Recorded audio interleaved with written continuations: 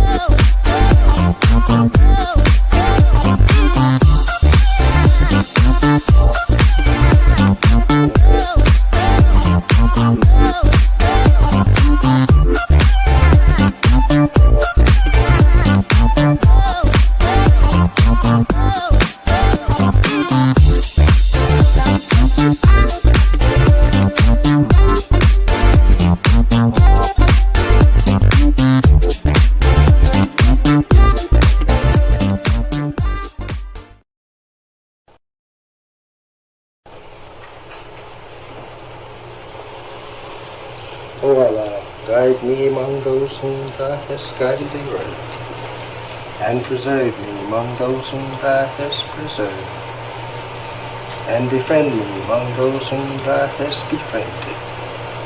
Bless me in whatsoever Thou dost grant me, and deliver me from the evil of what Thou hast judged. Surely Thou judges, and none can judge against Thee, and he whom Thou befriendest is not disgraced. Blessed art Thou, O Lord, and exalted be Thee above what they set up besides Thee.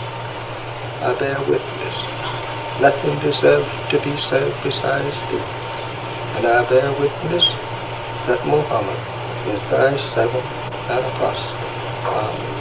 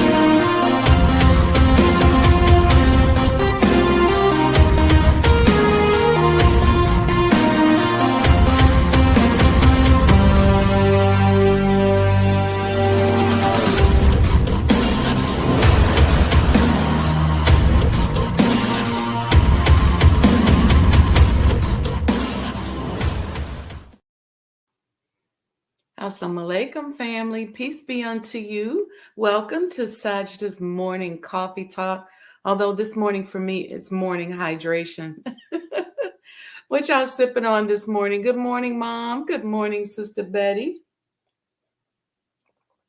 You know, last night we were in the middle, literally, about the beginning of the show on the perils of a competitive mind, and the power went out on our block. And it came back on late, and I started to come back out here and go live, and I was like, nah. I was tired after that, but grateful that came back on. The power crews were out here right away and got everything back on. So we'll have to continue that conversation. We'll have a little bit of it this morning. I still don't know what that meant spiritually, if it meant anything, but to say the very least, we got about maybe about 10 minutes into the show, and then boop. And I was like, should I go in the car and do it? Should I? And I was like, no, we'll wait till this morning, and inshallah, everything will be okay. And so far, so good. Let's see what we got going on. Man, this is the DNC, the 2024 Democratic National Convention. Is in Chicago. So the city's all crazy. Streets around McCormick Place are blocked off.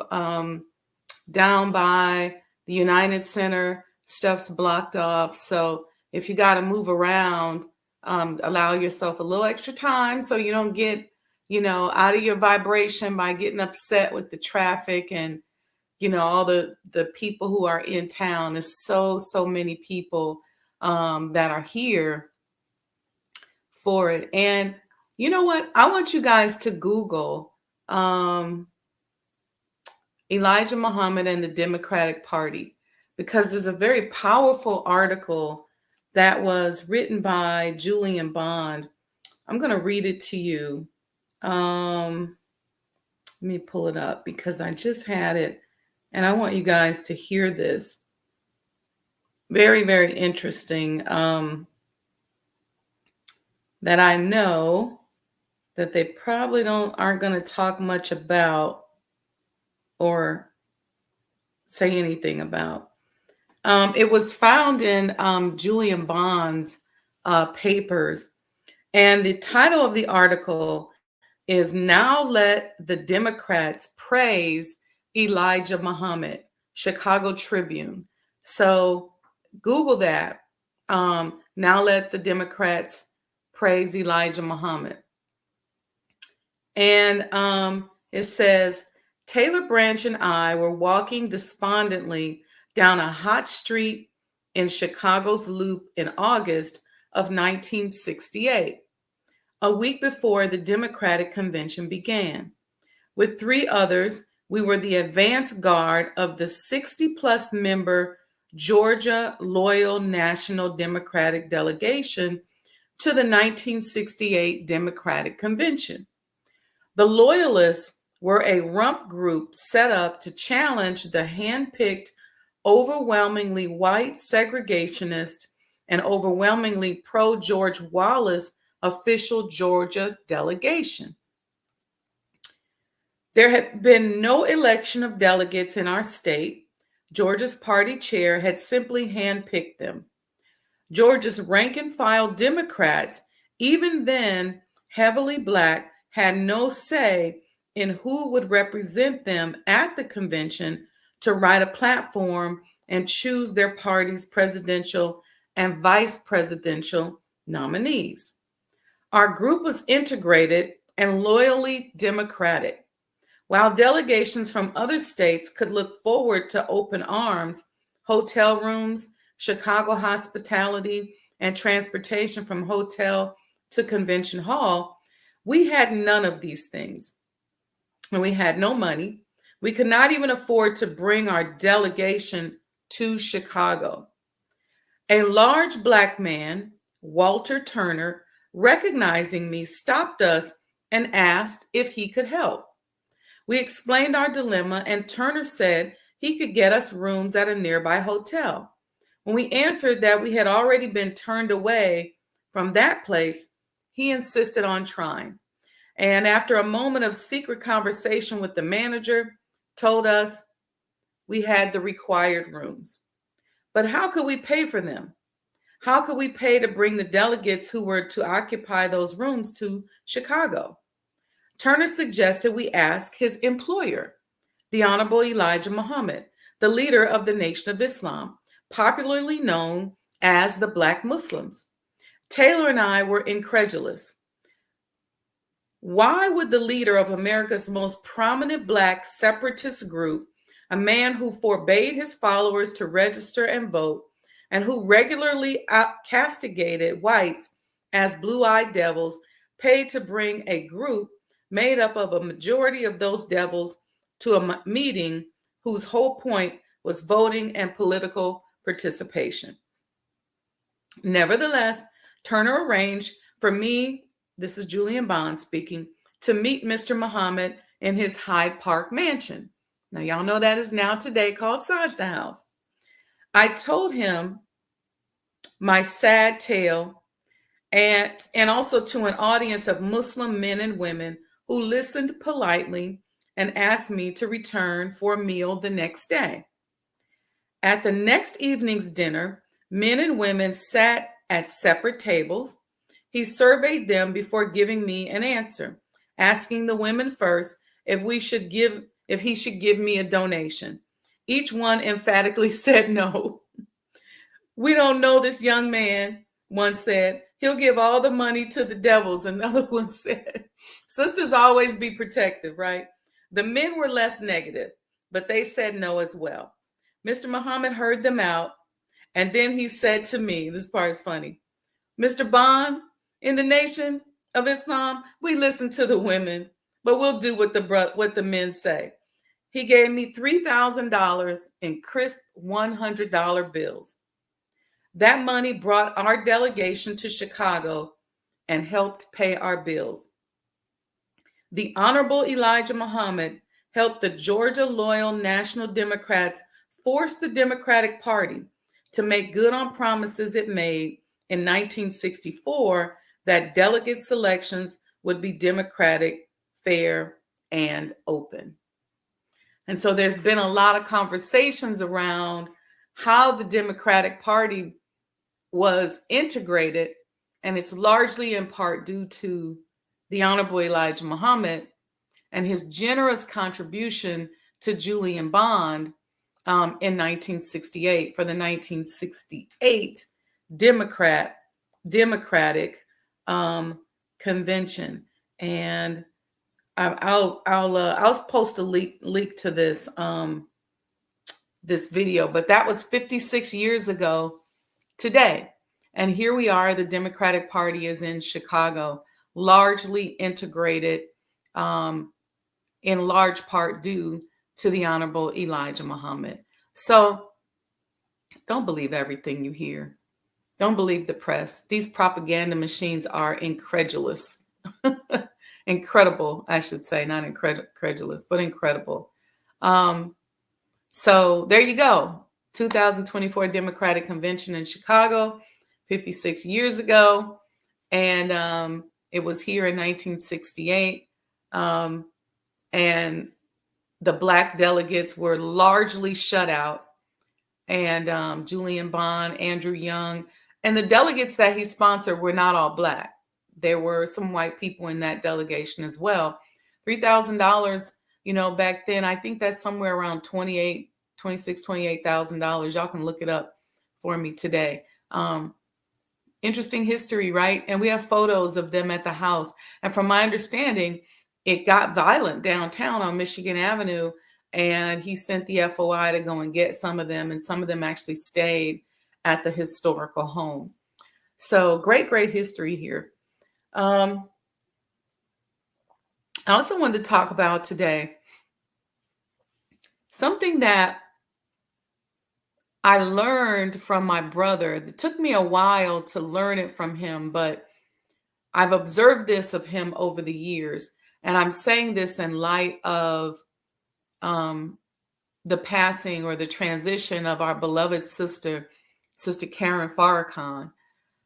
May Allah forever be pleased with her. And we're sending prayers to Brother Mustafa and all the girls and grandchildren. Just sending you prayers and covering you in our love. Our sister was a very strong and beautiful sister.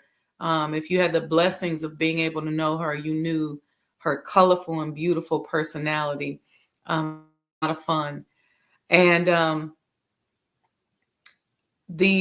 at the Day of Atonement, I can't remember what year it was, but the last time we had it at Christ Universal Temple here in Chicago, I hadn't seen her in years. And we came through the back door. And when I came out of the search post, she saw me and she called my name. She said, Sister Wendy. And I was like, "Kay," and we hugged. And she said, we had this thing back in the day. It's so funny. Karen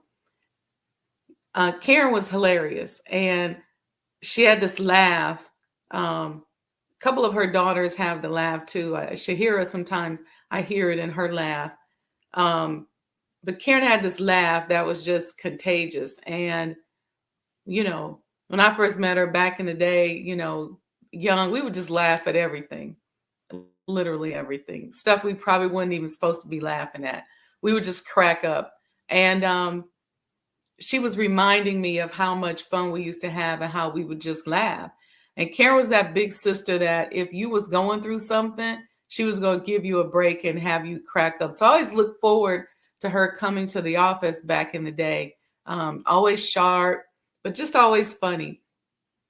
And even when somebody did something crazy, we would find something to laugh about. And I remember how much she loved Mary J. Blige. And there's a couple artists, for me, as much as I love music, during that time, having gone through school and then working, I just wasn't up on my music. And so Karen was the one who first brought Mary J. Blige to my attention. And Sister Aletha was the one who first brought Jodeci and TLC to my attention. But anyway, going back to that conversation, she just said, let's get together and laugh like we used to. And I was like, yeah, let's do it. I'm here now. And over the course of that time, I just kept thinking about her. And something kept saying, call her, call her. And I'm reminded because my brother is really good at when somebody pops up in his mind, he calls them. Shout out to my brother Kevin, I have to say. Kevin doesn't come off as a spiritual person, and he probably doesn't think he's a spiritual person, but we come from a family of highly spiritual people.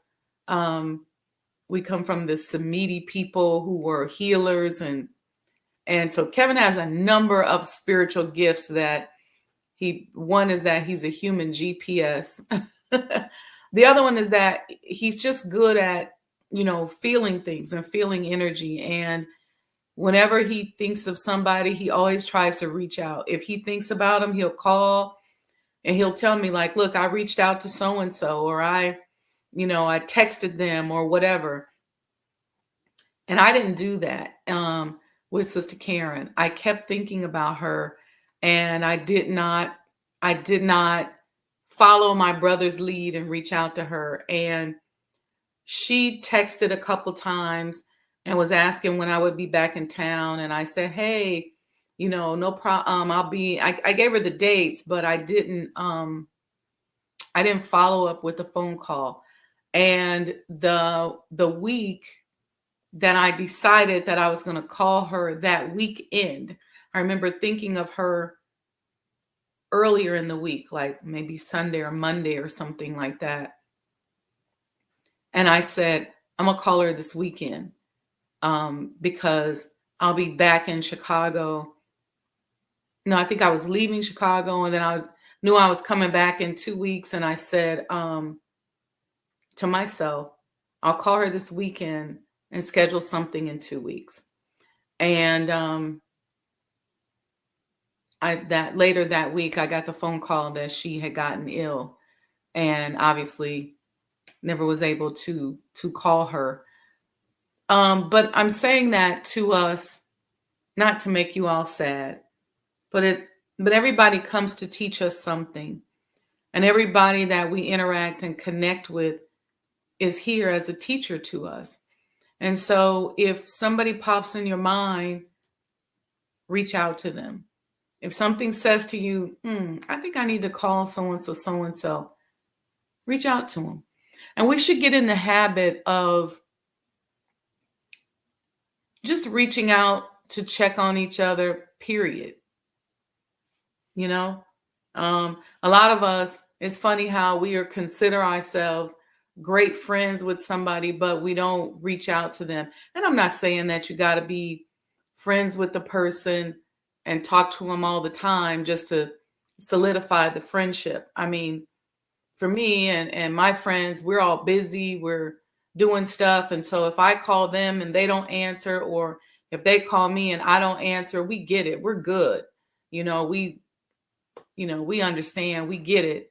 But at the same time, if I'm feeling like something ain't right or something's wrong, I will, I'll reach out, to that person. But I haven't been as good about that, even as my brother is, and I need to be even better. And there's a couple people on my mind now that I think about that I'm like, you know what am I doing? Let me just reach out to them. And you know how you get busy. You think about the person today, and then you get busy, and then maybe a month later, you might think about them. But if we were all kind of responding to that stimuli that was happening in our brain and in our hearts, then it'd be like back in the day, right? You think about somebody and then all of a sudden they call on the phone, right? So that's a page that we got to take out of Brother Kevin's book and reach out to people when they pop up in our minds. So our sisters' janaza services are tomorrow, actually. You'll see it posted on the internet. I think I may have reposted it on my pages. If not, I will. You'll be able to take a look at it at noi.org. Inshallah, a number of us will be there present, and hopefully our presence will comfort her family. And we send our sister off well. So may Allah be pleased with her. So that's that. We got another financial boot camp coming up, financial trauma boot camp coming up. It's a specific subject, so stay tuned. I'm not going to spill the beans now right here, but we'll tell you about it soon, probably in the next couple of days. We'll put it out there, make the announcement, and launch it, and maybe I'll get some balloons and send them up and make it a big deal. Last night when we got interrupted, we were talking about the dangers of a competitive mind. And I was thinking about it last night, and I said, this whole concept of competition, that is probably an ancient competition, an ancient thing. It's probably ancient. So much of the modern day that we practice competition is born out of our desire to seek attention. And for a lot of us, it's a trauma response. For a lot of us, it came from slavery, just trying to be the one to get the piece of chicken and get to go in the big house. So we're competing. There's this crab in the barrel type of thing. Some of us are so bad today, especially with the way social media encourages us to compare ourselves to one another, that we can't even be friends with somebody because we're so busy comparing. We can't even love somebody because we're so busy comparing. It's sad. It's a real shame. There's healthy ways to be competitive. Okay. And the healthiest way is to compete against yourself. Now, if you're in a competition, I got obviously like a sales competition or athletic competition, that's different. I'm talking about everyday life when you ain't got no reason to be competing. You should just be competing against yourself.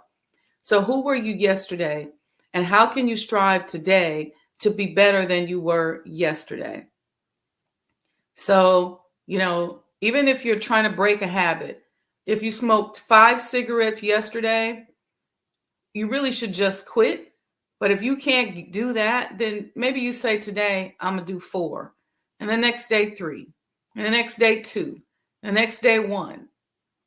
And maybe you stay at 1 for a week and then you break it off. You should just break it off completely. But maybe you got to inject some of that kind of competitive energy that we oftentimes put towards one another um, into competing with yourself.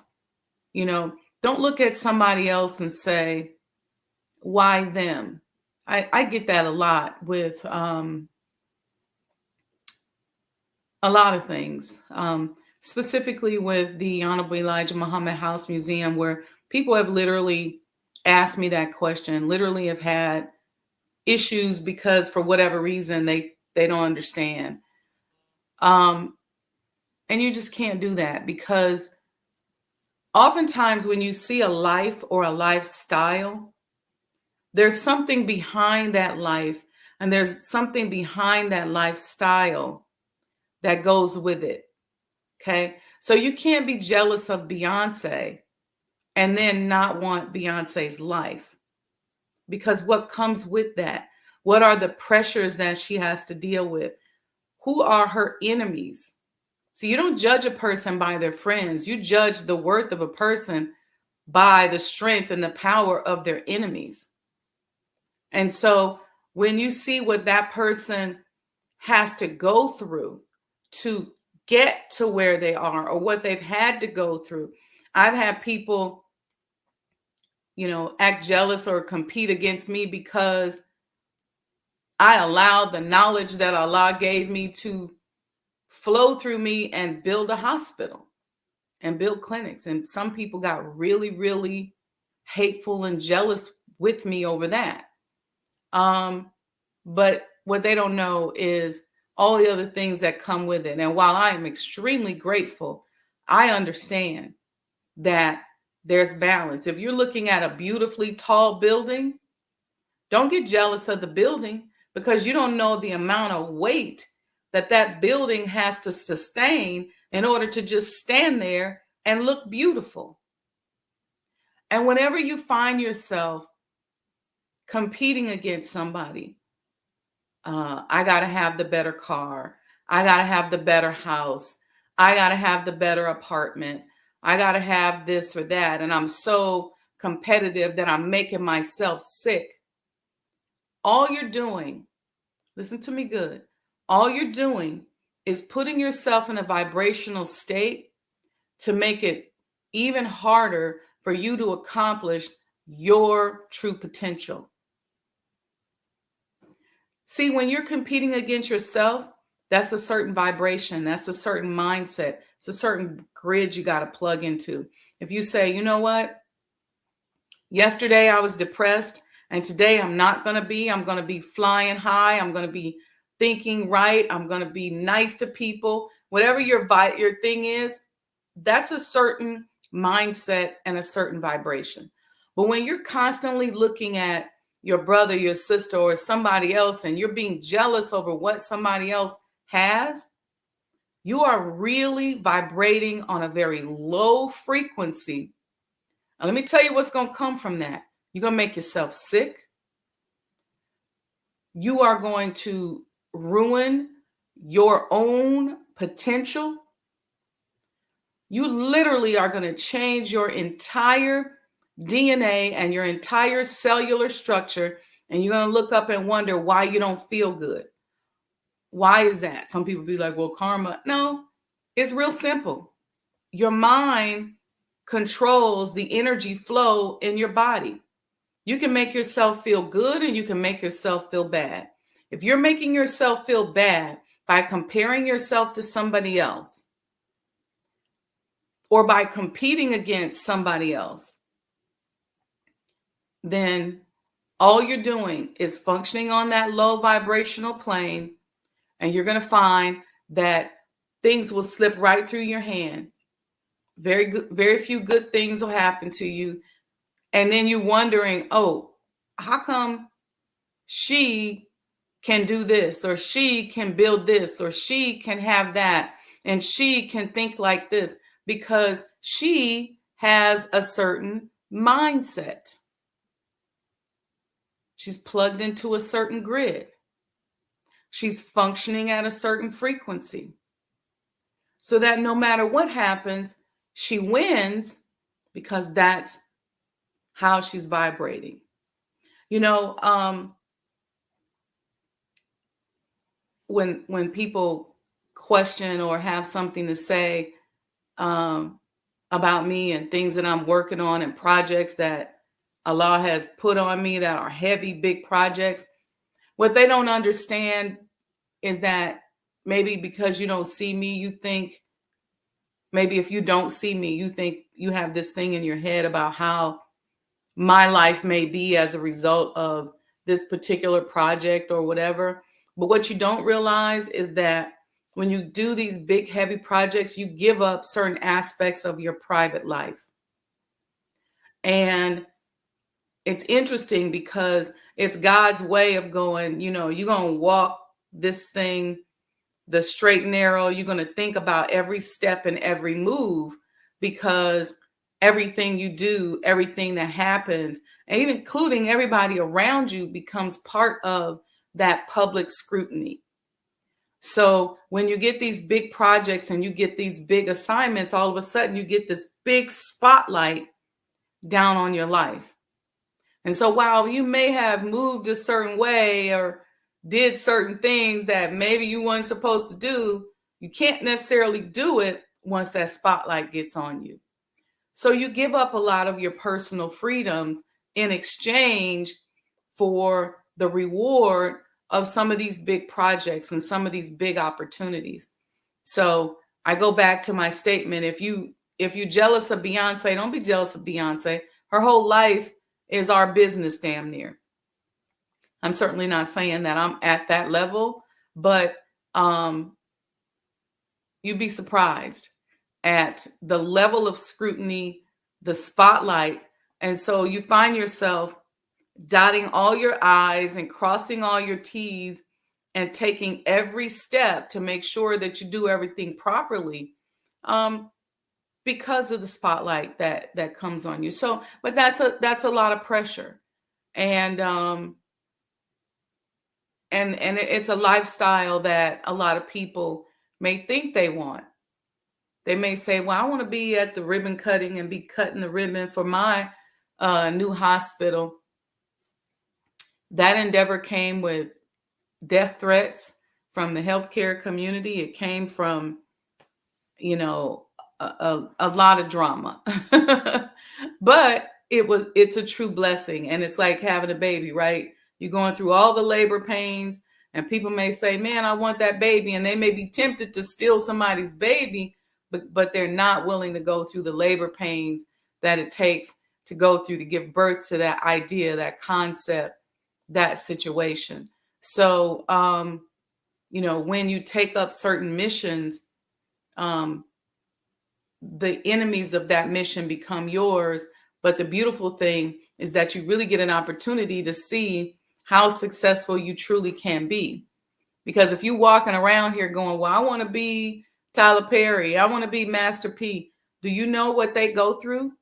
Do you know the public scrutiny that they have to deal with? Do you? Are you ready for that? Are you really ready for that? Are you really ready for all of your personal life to be on public display, like a Tyler Perry or a Master P or even a Diddy or anybody? Are you ready for that? So before you get jealous and start hating on people, dial it back. Dial it back, because there's a lot that comes with it.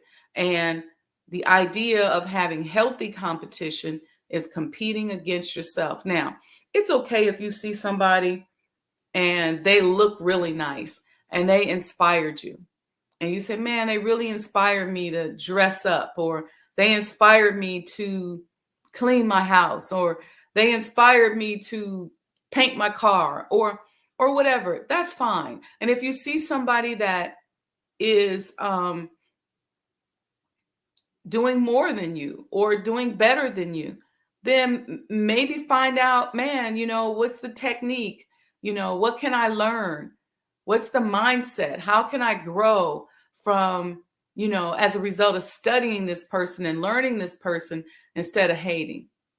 And the sad part about it is that when it comes to competition, we messing around hating people who are not even as good as our potential. It's just dumb. And so much of the behind the scenes, the lessons that go with things are so much more important and powerful, because at the end of the day, God is figuring out how to shape us and mold us so he can use us. So whatever we're going through today is preparation for where he is about to take us. So that's why you got to spend time focusing on yourself. Where are you right now? And what can you do better with what you're dealing with right now? How can you make it right now? Because there's somewhere that God has his eye on that he's taking you, but he's got to fix you first. And you know what I'm talking about. It's stuff that you know about you that ain't right. It's stuff that maybe you've done in the past that maybe you didn't do quite right. And while he's forgiven you for it and you've made up for it and you're rolling forward, but he wants to clean you up and make sure that the residues of those old behaviors is gone, so that when he moves you into this next position, you're ready and you can handle it and you're all good. But if you're so busy right here in this position, worrying about what I'm doing and worrying about what the next person is doing, or trying to figure out how you can scam right now at this position, you're never going to get to the next position. And you're going to look up 20, 30 years from now saying, man, by now I should have been doing this or that. Well, yeah, you should have and you could have, but you really been on a hamster wheel because you got so jealous and competitive over the next person that you start doing crazy stuff, scamming, hating, competing, and you forgot about your own personal development. So the way people make steps that put them in positions that you may consider makes them ahead of you is that they're taking care of the position that they're in now.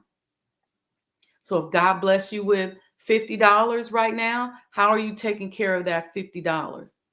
Because he's probably preparing you so that when you get 500, you know how to handle it. If he gave you $500,000 right now, how are you taking care of that? Because more than likely, he's preparing you to give you 5 million down the road, or maybe even tomorrow. But he can't do it because you're not taking care of where you are now. So you got the 500,000 and you over here cutting up, trying to stun on people that you've been jealous of, instead of paying attention to what you should be doing to do right, to correct your behaviors from the past so that you can deserve where you're going in the future. So if you feel like, and this is for everybody. I'm not talking to anybody in particular. If all of us look at our lives and go, man, I really feel like by now I should have done such and such and so and so.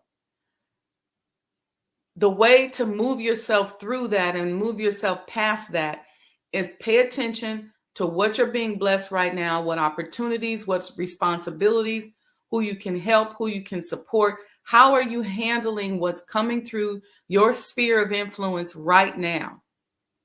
And if you focus on that and not the insecurities, not being competitive, but focus on that. How are you handling what's coming through your sphere of influence right now?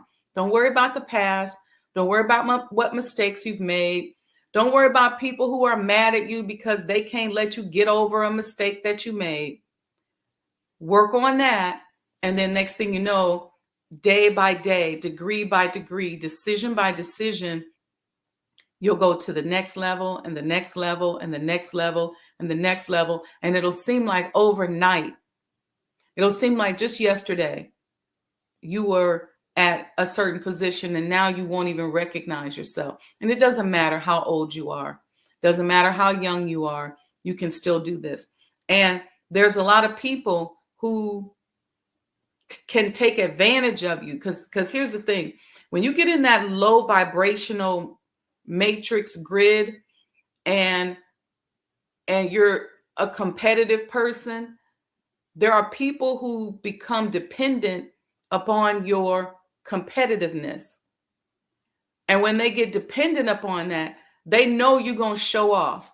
So they're going to hang out with you because they can get some stuff, right? They get to go to dinner because they know you're going to stunt.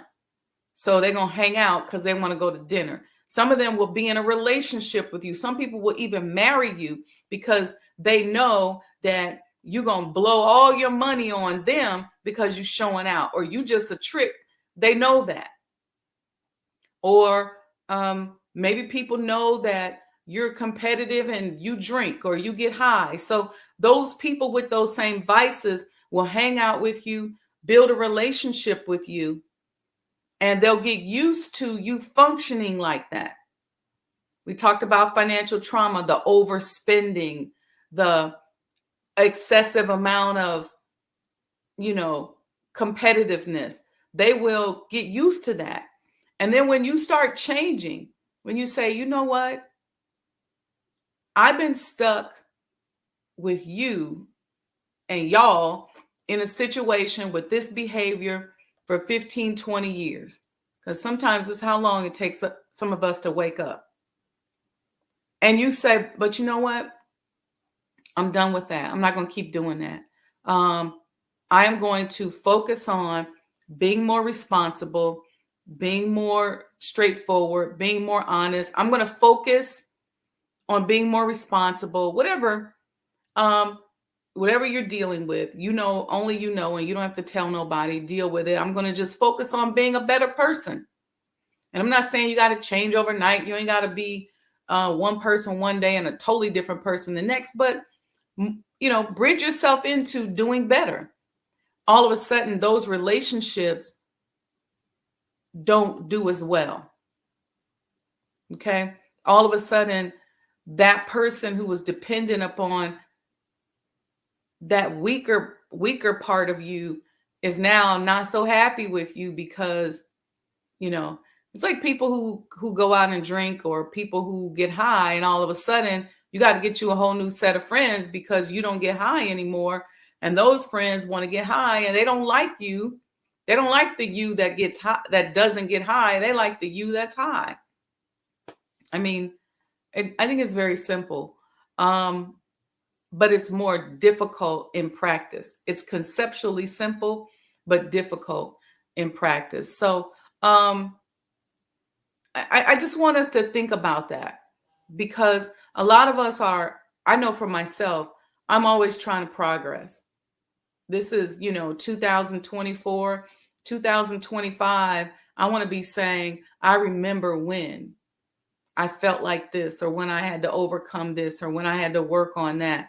And so I don't want to be on a hamster wheel. And so for me, I could care less in terms of competing. I'm so busy competing against myself and trying to be a better person. I'm trying to look better. I'm trying to be better. I'm trying to feel better. I'm trying to think better. I'm trying to be more powerful. I'm trying to go to that next level. I'm trying to sit at different tables. I'm trying to have a different level of expansion. I'm trying to have more money, more happiness, more wealth, more success. And I really ain't got time to be competing, so much so that when people are competitive and they try to be in my circle, they can't stand it. I don't even have to do anything. They just kind of pop out and go away. And I think that's how we all should be.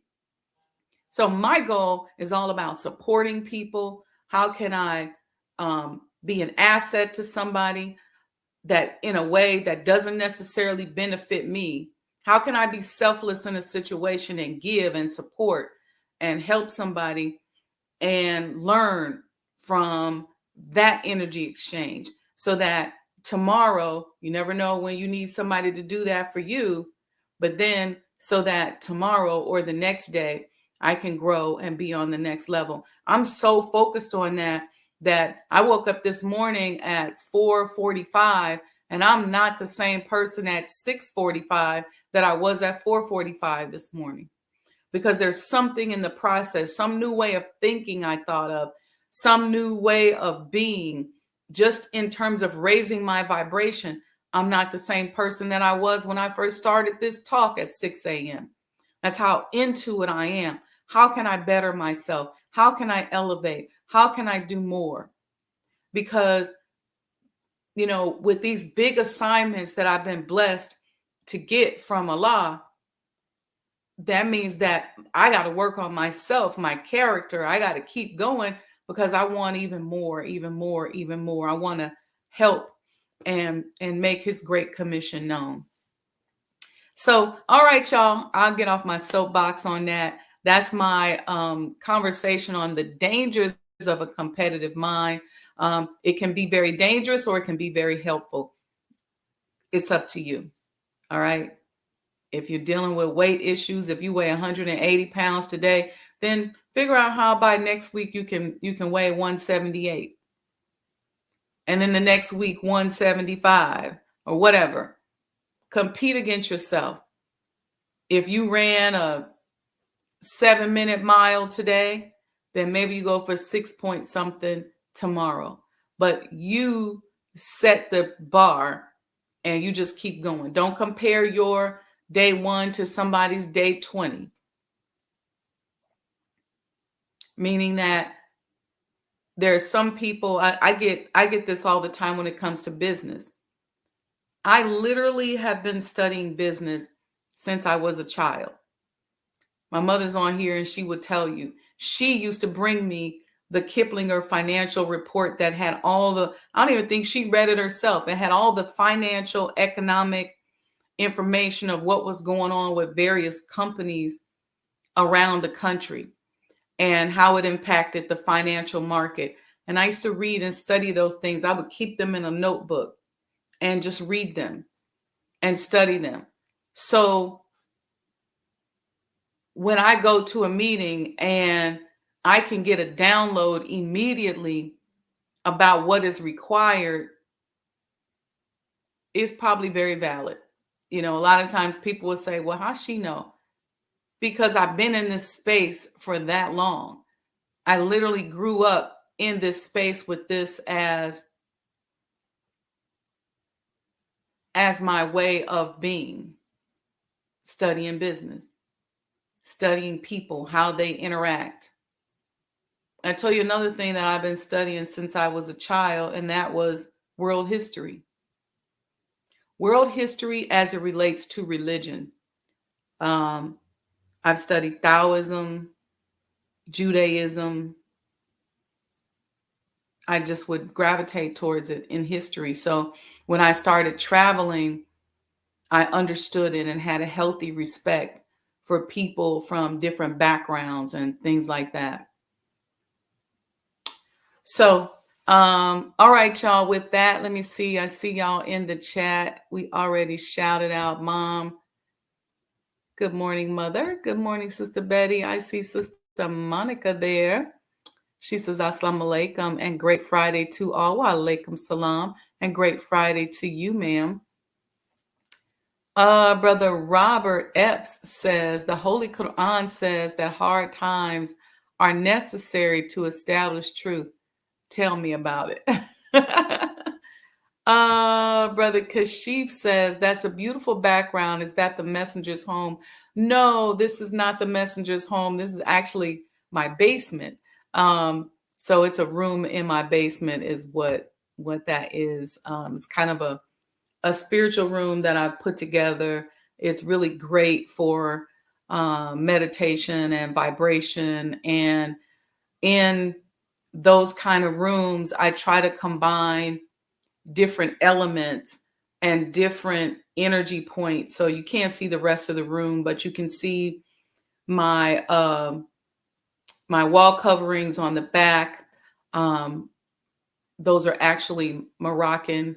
These pillows right here are covered with a Moroccan fabric. I just chose certain colors and combinations. I've got some really cool coffee table books that are on here.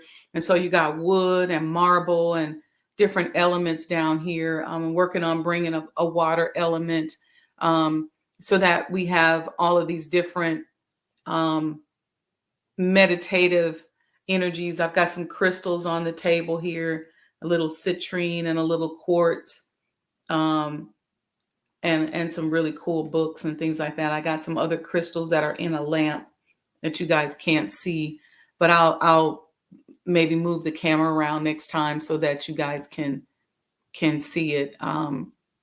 You guys know I love horses and peacocks, so there's some horses and peacocks in here too. But just vibrational. I mentioned that I love world history. I love world religious history, and so my decor usually speaks to that love. It's just something that I've developed over the years. Okay, family. So happy Friday. Hopefully you got a very productive day ahead of you. Focus on yourself.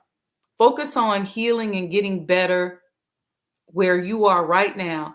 And those little degrees of improvement that you make will translate into degrees of development in your life. And you will look up 2 weeks from now and you'll be so impressed with the person that you've become. Focus on yourself. Compete against yourself. All right, family. Happy Friday. Stay tuned.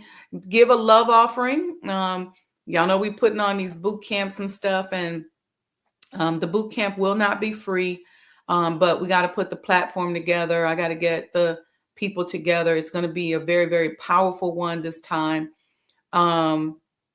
So get it together. Mom says she did read the Kiplinger, ma'am. Okay, let me put her thing up here. She said she read it. So I stand corrected. She said I did read the Kiplinger, ma'am. Okay. So with that, like, subscribe, tell a friend. You all know that you got to make this go viral. You got to make this information. We have to support. Information ain't free. Freedom ain't free. So, Sister Jacqueline said, all praise due to Allah. That's my sister. Hey, Jackie. Oh, I'm sorry. She don't want me to call her Jackie no more. Hey, assalamu alaikum, Sister Jacqueline. All right, family. Support. Love offering is there. Sajdah Enterprises. Support the network. Support the platform by forwarding these talks. Make it go viral. And we'll see you all, inshallah, tomorrow morning for our original Sajdah Saturday morning coffee talk, where we talk about life, love, and business. I love each and every one of you, and I'm grateful for your support. I'm wishing each and every one of you more love, more goodness, more abundance, more peace than you've ever experienced or imagined. I want God to surprise you today with how much He blesses you. With that, family, I'll see you all tomorrow morning. Peace and blessings.